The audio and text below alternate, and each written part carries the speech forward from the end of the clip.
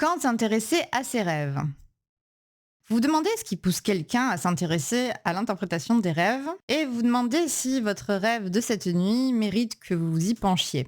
Donc quand s'intéresser à ses rêves? Eh bien lorsqu'on a envie de chercher à comprendre leur message et qu'on commence un petit peu à fouiller sur internet, cet élan, cette curiosité, cette impulsion est un excellent point de départ. Alors les rêveurs s'adressent à moi pour que je les aide à trouver le sens de leur rêve pour plusieurs raisons. Le rêve auquel ils pensent peut être un rêve récent. Le rêve a déclenché en eux des émotions très fortes et puis les a poussés à aller comme ça dans cette recherche de réponses. Ça peut être également un rêve ancien qui les a énormément marqués. Ils n'ont jamais cessé de repenser à ce rêve et de chercher à le comprendre. Ça peut être également un rêve récurrent, c'est-à-dire un rêve qui revient quand même régulièrement et qui a probablement un message à faire passer. Donc qu'est-ce que les personnes recherchent en faisant la démarche de faire interpréter leurs rêves? Ils cherchent à obtenir des réponses sensées.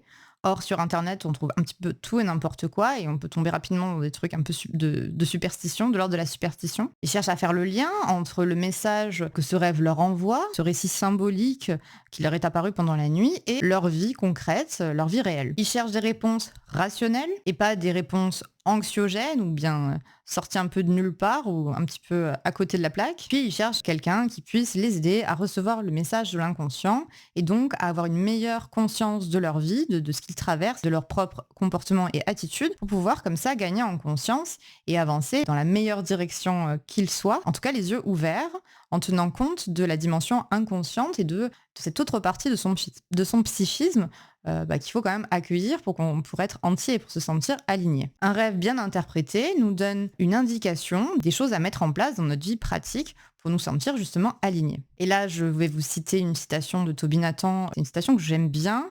Il dit que les rêves sont des solutions à des questions que l'on ignore. J'aime bien cette idée puisque souvent on peut sous-estimer une partie de notre être qui est une partie inconsciente. Comme on sous-estime cette dimension inconsciente, on est un peu bloqué dans notre présent parce que on voit juste avec la perception du moi et on est un peu coupé de notre intuition, de notre intelligence émotionnelle, de nos instincts, de quelque chose qui est plus antérieur à la pensée et qui pourtant nous structure aussi en tant qu'être humain de manière très forte, voire même de manière plus forte que la simple pensée. Donc quelles sont les attentes des personnes qui font la démarche d'interpréter leurs rêves? Ils ont besoin d'être rassurés. En effet, la grande majorité des rêves dont on se souvient sont des rêves qui font peur et pourtant ils sont quand même rarement négatifs. Et d'ailleurs, un rêve positif peut avoir un message assez négatif et vice-versa. Ils cherchent à gagner un meilleur discernement, à mieux sentir où ils vont, où ils se dirigent. Ils peuvent chercher aussi à avoir un sommeil réparateur et à se sentir apaisé, surtout dans des périodes comme ça où ils peuvent avoir des rêves un petit peu horribles ou effrayants et du coup, travailler surtout sur des rêves récurrents, ça peut être bien, mais ça peut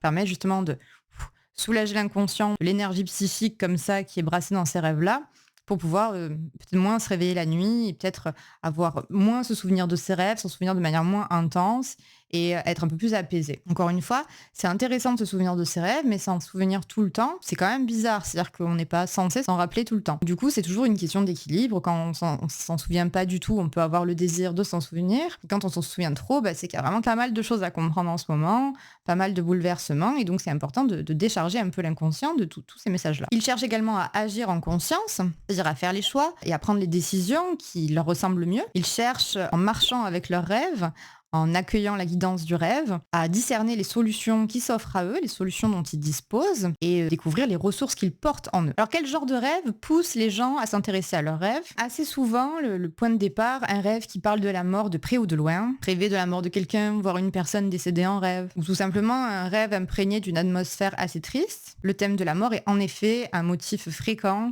qui pousse les personnes à s'intéresser à l'onirologie, puisque forcément, c'est des rêves impactants et dont on se souvient longtemps. Et c'est souvent le genre de rêve qui permettent à un rêveur de passer de l'idée selon laquelle les rêves c'est n'importe quoi à «et si ça voulait dire quelque chose?». Je vais faire une vidéo d'ailleurs prochainement dédiée sur ce sujet, l'apparition des défunts en rêve et tout ce qui est apparition de la mort en rêve. Donc abonnez-vous à cette chaîne pour rien manquer. On a un programme assez complet qui va s'étendre sur au moins un an. Donc ça peut être ensuite un rêve qui évoque des fantasmes amoureux. Et oui, rêver de se voir dans des situations amoureuses improbables et fortement inconfortables, mais c'est très courant. C'est perturbant, mais heureusement, quand on interprète le rêve, on peut comprendre beaucoup de choses. Et ce sont des rêves qui sont beaucoup moins futiles qu'il n'y paraît. C'est-à-dire qu'on peut se dire « Oh là là, mais c'est n'importe quoi, j'ai juste fait un rêve sexuel ».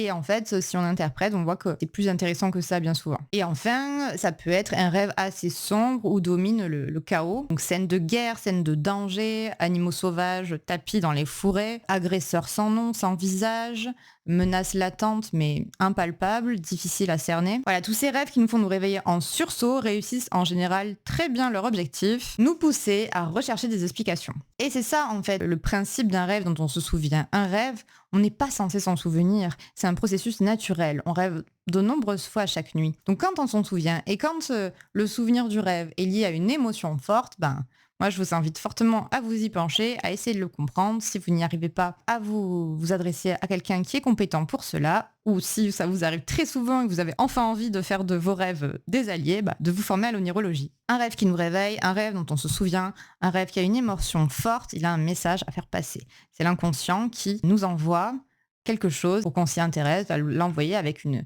espèce de charge, une énergie assez forte. Merci d'avoir regardé cette vidéo, j'espère que j'ai répondu à vos questions. Si vous en avez d'autres, n'oubliez pas de les laisser en commentaire. Si vous aussi vous voulez comprendre vos rêves, je vous propose d'accéder à un cours gratuit en cliquant sur le lien dans la description. Je vous expliquerai comment apprendre à interpréter vos rêves sans dictionnaire des rêves et ainsi à mieux comprendre ce qui se passe dans votre psyché. Pensez à vous abonner à la chaîne pour ne rien manquer. À bientôt!